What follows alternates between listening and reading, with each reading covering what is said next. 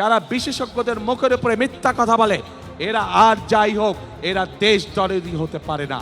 নির্বাচনের আগে রাজনৈতিক উত্তাপ বাড়ছে। যশোরের জনসমাবেশ থেকে জামায়াত ইসলামকে সরাসরি মিথ্যাবাদী আখ্যা দিয়ে কড়া ভাষার সমালোচনা করেছেন বিএনপির চেয়ারম্যান তারেক রহমান। একই সঙ্গে ভোট গণনা নিয়ে নতুন ষড়যন্ত্রের আশঙ্কার কথাও তুলে ধরেছেন তিনি। নির্বাচনের আগে এইভাবে মিথ্যা কথা বলছে।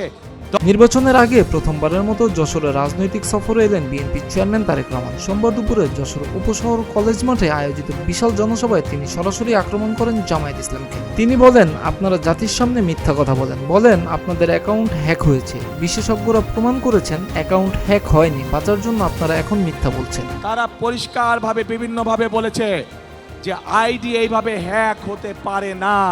তারেক রহমান বলেন, যারা নির্বাচনের আগে জনগণের সঙ্গে মিথ্যা বলতে পারে তারা নির্বাচনের পর কতটা মিথ্যা বলবে তা সহজেই অনুমেয়। ভোট গণনায় দেরি হতে পারে এমন বক্তব্যের করা সমালোচনাও করেন বিএনপির চেয়ারম্যান। এরা আর যাই হোক এরা কখনো জনদরদি হতে পারে না।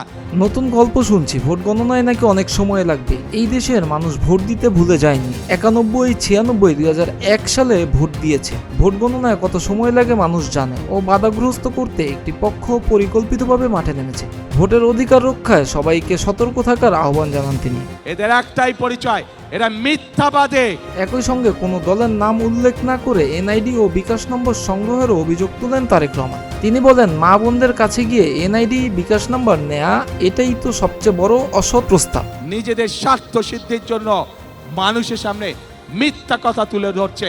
নারীদের নিয়ে কটূক্তির প্রসঙ্গ টেনে তিনি বলেন, দেশের অর্ধেক জনগোষ্ঠীকে ঘরে আটকে রাখার চিন্তা কলঙ্কজনক। হযরত খাদিজা রহমতুল্লাহি আলাইহি ছিলেন একজন সফল ব্যবসায়ী। কর্মজীবী নারীদের অপমান করার অধিকার কারণেই। দেশ পুনর্গঠনের পাশাপাশি দক্ষিণ পশ্চিমাঞ্চলের উন্নয়নের পরিকল্পনাও তুলে ধরেন বিএনপির চেয়ারম্যান। যশোরের ফুল রপ্তানি, চিনি কারখানা পুনরায় চালু এবং জিকে প্রকল্প সচলের আশ্বাস দেন তিনি।